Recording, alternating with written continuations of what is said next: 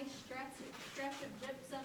Good place to stop with this size group and talk about it between two brightly lit areas, so that way as we all walk by in a moment, get to see it all. So this stuff is a secondary mineral growth called gypsum or calcium sulfate. So the bedrock here is still limestone, and it will be throughout our entire journey. But this secondary mineral growth extrudes through the pores of the limestone to the surface as minerals in water solution. So we don't have a lot of dripping water in Mammoth Cave. It's a pretty dry cave. We'll get into why a little bit later on at one of our other stops.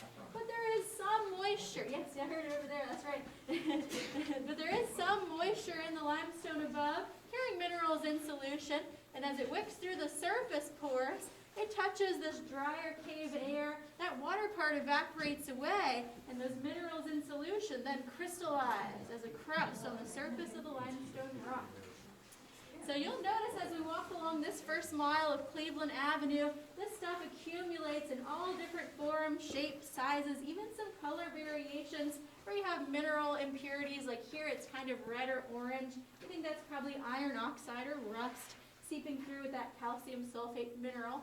But we'll also see snowballs at the snowball room, right where we have our first bathroom break. We'll see some flowers, especially on these brightly lit areas. Now we might actually try this. It doesn't always work, but we'll try to play a big game of telephone.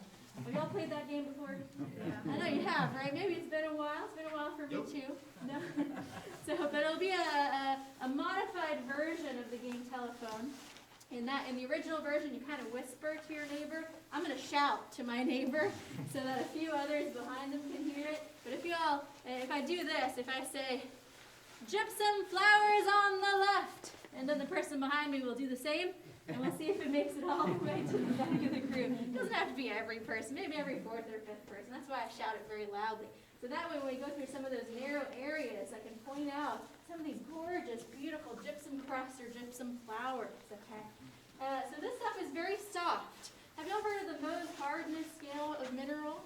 Yes. Even if you haven't heard of that scale, I guarantee each and every one of you knows what number 10, the hardest mineral, is. Diamond, that's right. Anyone know number 1? Talc. Talc, yes, talc. It's so soft it crumbles into a powder, talcum powder, right? So gypsum is a number 2 on that scale. It's a very soft mineral. That's part of the reason, one of the reasons we ask our visitors not to touch it. It's very delicate, but it's also an evaporite mineral like a salt. So the moisture from our hands, the higher humidity areas, this stuff just kind of dissolves, disintegrates away into nothing. That's why we ask y'all not to touch it. But occasionally it'll flake off under its own weight, and we'll see some of it on the floor. So if you notice sparkles on the floor while we're walking, it might be a little patch of gypsum.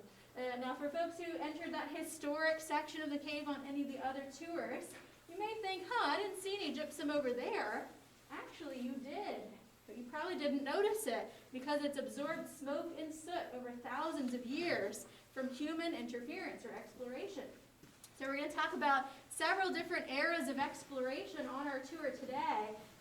But just to give you a brief background, the first people in Mammoth Cave were here up to 5,000 years ago, we now think, in that historic section. Prehistoric or late archaic and early woodland time people, prehistoric Native Americans, were coming into the cave and chipping and scraping and extracting this gypsum from that historic section of the cave.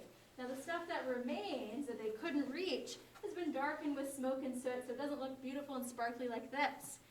But this part of the cave, it's relatively pristine because they never made it into this part of the cave. Yeah, so we're beyond those barriers, that underground river and stuff. As we mentioned earlier, the prehistoric people never got here.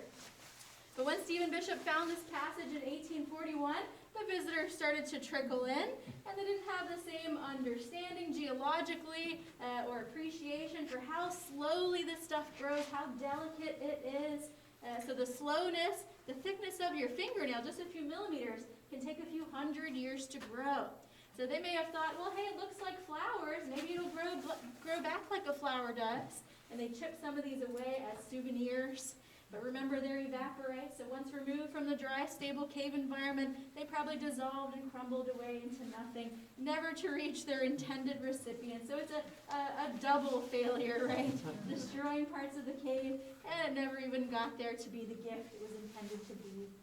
So relatively pristine, because it's not darkened by smoke and soot, because we still have some of this beauty for us to enjoy today. But do remember that every part of the cave that we enter that has lights does have some human impact, okay?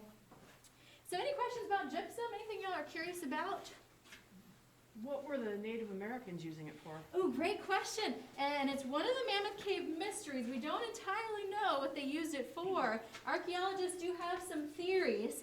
The main theory is perhaps they were crushing it up and adding it to soil as a mineral additive for growing crops. One of the other pieces to that puzzle was a sunflower head they found inside the cave that carbon dated at over 2,000 years old. And it was filled with sunflower seeds. They were growing them as a food crop. And sunflowers are one of these plants that does really well in high gypsum content soil. So we don't have any of that direct evidence, but little pieces to that puzzle give them theories like that. It could be something else that we just never even thought of. All right, so with these longer tours, I like to use the analogy of we're on a road trip. Who likes road trips? Yeah, maybe some of y'all are on road trips right now, right? Yeah. So on your road trips, you have your start point, your end point, and a few points of interest you like to see along the way. But unfortunately, you just can't stop in every little town and discover all its secrets, right? So we're going to jump back on the interstate right now. We'll be walking for a while, and we won't get to stop at every little beautiful thing we see. But again, we'll try to play that game of telephone as we walk by, and I'll point a few things out to make sure you don't miss those beautiful gypsum flowers. And then at our next stop, we'll talk a little more about the early days of tourism here at Mammoth Cave. Y'all ready to see some more? Sure. Yeah.